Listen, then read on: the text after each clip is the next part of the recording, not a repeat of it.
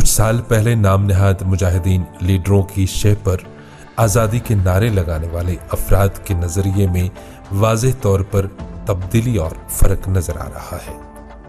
मौजूदा दौर के बदले नज़रिए के एतबार से देखें तो जनूबी कश्मीर यानी पुलवामा, शोपियान, कुलगाम, खासकर त्राल, इन चंद अजला के लोगों के लिए ज़रूरी है कि वो हकीकत को समझें, बेमानी और बेमतलब की आज़ादी के ख्वाब गफलत से जाग उठें। खास तौर पर वो माएँ जो अपने बच्चों को जहाद के गुमराह नज़रिए की तरफ रागिब कर रही हैं।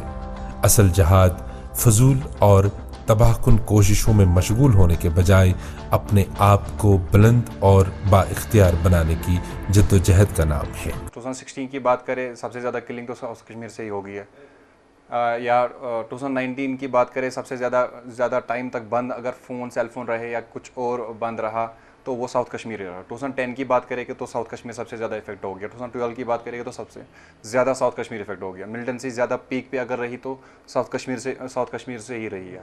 ऐसे गुमराह रास्तों पर चलकर नौजवानों की जिंदगियों का बदकिस्मत गर्दिश एक संगीन सूरत हाल है जिसकी मंजिल बर्बादी के सिवा कुछ भी नहीं।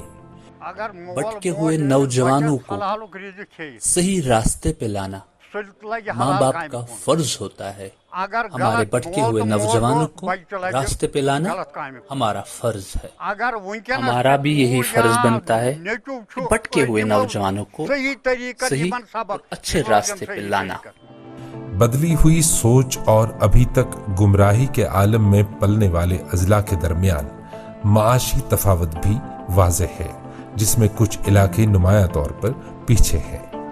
जनूबी कश्मीर में एग्रीकल्चर और हॉर्टिकल्चर के वसी वसाइल मौजूद हैं। इन शोबों में अगर नौजवान ज़रा सी दिलचस्पी का मुजाहरा करेंगे तो यकीनी तौर पर न सिर्फ अपने लिए रोज़गार पैदा कर सकते हैं बल्कि वो दूसरों की खातिर भी रोज़गार का वसीला बन सकते हैं।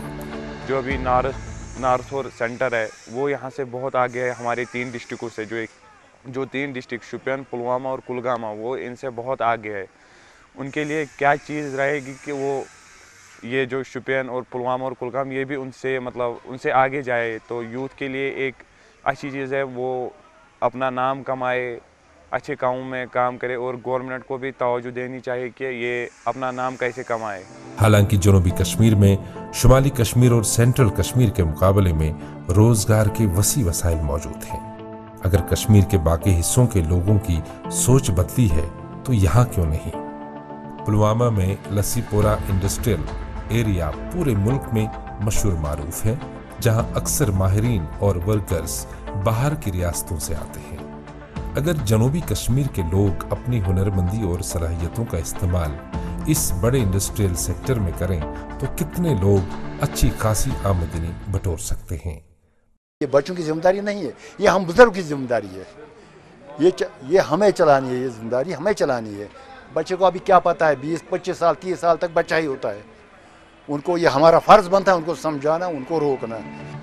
यह भी एक हकीकत है कि इल्ज़ाम अक्सर वालिदैन पर डाल दिया जाता है जो अपने बच्चों को गैर रिवायती तौर पर मदद फराहम करते हैं, लेकिन जिम्मेदारी अपनी जहनीयत को आज सरे नौ तश्कील देने की है।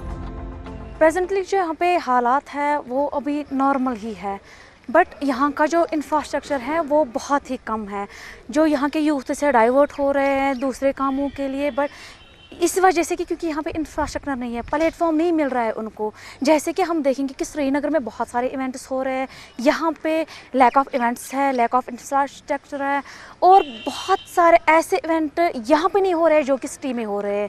अगरचे इन अजला में कुछ मस्बत सोच के अफराद अब भी मौजूद हो सकते हैं, लेकिन ये तस्लीम करना बहुत ज़रूरी है कि इन तीनों खित्तों को रिवायती तौर पर भारत नवाज समझा जाता रहा है। तमाम वालिदैन से गुजारिश करता हूँ कि वह अपने बच्चों की सही रखवाली करे ताकि खुदा न खास्ता वो गलत रास्ता पर न जाए।